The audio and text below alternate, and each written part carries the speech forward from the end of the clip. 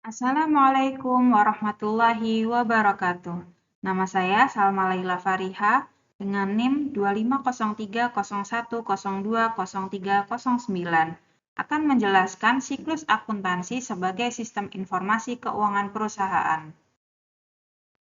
Apa itu siklus akuntansi? Siklus akuntansi adalah rangkaian tahapan sistematis dalam proses pencatatan dan pelaporan transaksi keuangan perusahaan selama satu periode akuntansi, mulai dari terjadinya transaksi hingga penyusunan laporan keuangan dan penutupan buku. Disebut siklus karena prosesnya berulang setiap periode, bulanan, triwulan, atau tahunan. Akuntansi bukan hanya pencatatan keuangan, tetapi merupakan bagian dari sistem informasi manajemen yang secara khusus menghasilkan informasi keuangan. Sistem informasi akuntansi atau yang disingkat SIA adalah sistem yang mengumpulkan, mencatat, menyimpan, dan mengolah data keuangan untuk menghasilkan informasi yang berguna bagi pengambilan keputusan. Berikut adalah alur sistem informasi akuntansi. Yang pertama, menginput data transaksi. Yang kedua, proses pengolahan data, menghasilkan jurnal, buku besar, dan penyesuaian. Yang ketiga, output, menghasilkan laporan keuangan. Yang keempat, feedback, evaluasi, dan pengendalian. Siklus akuntansi memiliki tujuan sebagai berikut, yaitu menyediakan informasi keuangan yang akurat, mengetahui posisi keuangan perusahaan, mengetahui hasil usaha, laba atau rugi, mengendalikan aktivitas keuangan, dan memenuhi kewajiban perpajakan dan regulasi. Berikut adalah tahapan siklus akuntansi. Yang pertama, identifikasi dan analisis transaksi. Yang kedua, pencatatan dalam jurnal. Yang ketiga, posting ke buku besar. Yang keempat, penyusunan neraca saldo. Yang kelima, penyusunan jurnal penyesuaian. Yang keenam, neraca saldo setelah penyesuaian. Yang ketujuh, penyusunan laporan keuangan. Yang kedelapan, jurnal penutup. Yang kesembilan, neraca saldo setelah penutupan. Penjelasan yang pertama mengenai identifikasi dan analisis transaksi. Pada tahap ini, perusahaan mengidentifikasi transaksi yang terjadi, menentukan akun yang terpengaruh, serta menentukan posisi debit atau kredit. Transaksi harus memiliki bukti transaksi, seperti faktur, nota, atau kwitansi.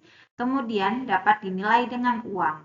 Yang terakhir, mempengaruhi posisi keuangan. Contohnya, pembelian perlengkapan secara tunai, penjualan dasar secara kredit, serta pembayaran utang. Penjelasan yang kedua mengenai pencatatan dalam jurnal. Transaksi dicatat secara kronologis dalam jurnal umum menggunakan sistem double entry atau pembukuan berpasangan. Prinsip double entry yaitu setiap transaksi selalu mempengaruhi minimal 2 akun. Yang pertama, satu sisi debit di sebelah kiri. Yang kedua, satu sisi kredit di sebelah kanan. Penjelasan yang ketiga, posting ke buku besar. Buku besar adalah kumpulan akun yang mengelompokkan transaksi berdasarkan jenis akun. Tujuannya mengetahui saldo masing-masing akun dan memudahkan penyusunan laporan. Penjelasan keempat, penyusunan neraca saldo. Neraca saldo disusun untuk memastikan jumlah debit sama dengan jumlah kredit. Jika tidak seimbang, berarti terjadi kesalahan pencatatan. Penjelasan yang kelima, mengenai posting ke buku besar, disusun pada akhir periode berdasarkan konsep basis akrual. Jenis penyesuaiannya yaitu yang pertama, beban yang masih harus dibayar. Yang kedua, pendapatan yang masih harus diterima. Yang ketiga, beban dibayar di muka. Yang keempat, pendapatan diterima di muka. Yang kelima, penyusutan aktiva tetap.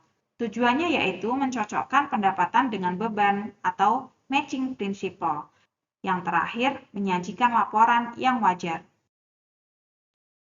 Yang keenam, neraca saldo setelah penyesuaian digunakan sebagai dasar penyusunan laporan keuangan. Penjelasan yang ketujuh mengenai penyusunan laporan keuangan. 1. Laporan laba rugi. Laporan ini menunjukkan hasil usaha selama periode tertentu. Laba sama dengan pendapatan dikurangi beban. Jika pendapatan lebih besar daripada beban, maka perusahaan dinyatakan laba. Begitu pula dengan sebaliknya, jika pendapatan lebih kecil daripada beban, maka perusahaan dinyatakan rugi. 2. Laporan perubahan modal. Laporan ini menunjukkan perubahan ekuitas diakibatkan oleh laba atau rugi, price, dan investasi tambahan. 3. Laporan posisi keuangan.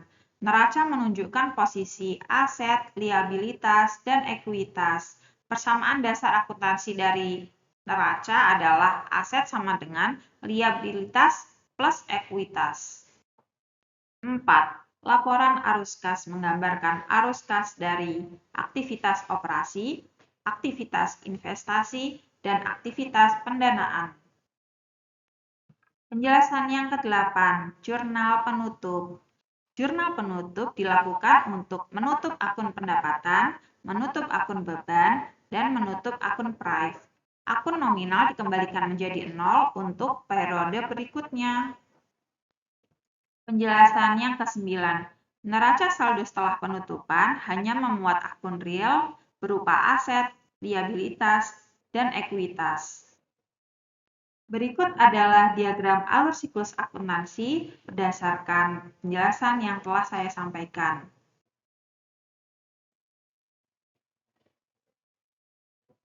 Siklus akuntansi berjalan berdasarkan prinsip-prinsip sebagai berikut. Yang pertama, prinsip entitas. Perusahaan dianggap sebagai kesatuan terpisah dari pemiliknya, sehingga transaksi pribadi tidak boleh dicampur dengan transaksi bisnis. Yang kedua, prinsip kesinambungan usaha. Prinsip ini berasumsi bahwa entitas akan beroperasi secara terus-menerus dan konsisten dalam jangka waktu yang lama, tidak dalam niat dilikuidasi. Yang ketiga, prinsip periode akuntansi.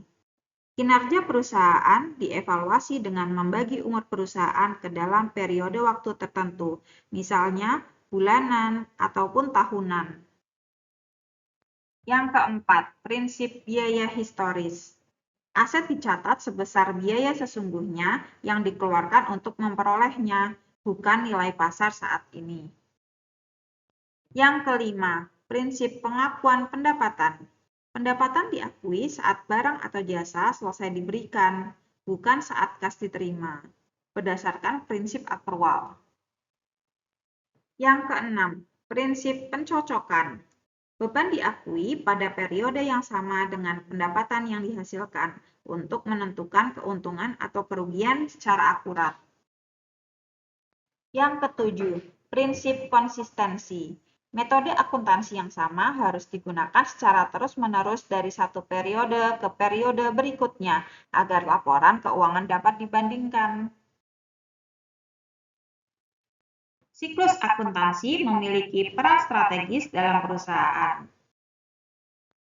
Di antaranya adalah sebagai berikut. Yang pertama, alat pengendalian internal. Berfungsi mencegah kecurangan, kesalahan pencatatan, serta penyalahgunaan kas. Yang kedua, dasar pengambilan keputusan. Manajemen dapat menentukan harga jual, menilai profitabilitas, dan mengontrol biaya berdasarkan siklus akuntansi. Yang ketiga, sebagai alat evaluasi kinerja, digunakan untuk menilai efektivitas manajemen dan menilai efisiensi operasional. Yang terakhir yaitu sebagai media komunikasi keuangan, digunakan oleh investor, kreditur, pemerintah, dan manajemen. Siklus akuntansi dalam era digital. Saat ini, siklus akuntansi dilakukan melalui software akuntansi, sistem ERP, cloud accounting, dan database terintegrasi. Keunggulan sistem digital yaitu otomatisasi jurnal, laporan real-time, minim kesalahan, dan keamanan data lebih baik. Kesimpulan, siklus akuntansi merupakan proses inti dalam sistem informasi keuangan perusahaan yang berfungsi untuk menghasilkan laporan keuangan, menyediakan informasi untuk pengambilan keputusan, menjamin transparansi dan akuntabilitas, dan mendukung kelangsungan usaha. Tanpa siklus akuntansi yang baik, perusahaan tidak dapat mengelola keuangan secara efektif dan efisien. Sekian penjelasan dari saya mengenai siklus akuntansi sebagai sistem informasi keuangan perusahaan dalam rangka penilaian akuntansi keuangan 1, Universitas Siber Asia. Terima kasih atas perhatiannya dan semoga bermanfaat. Wassalamualaikum warahmatullahi wabarakatuh.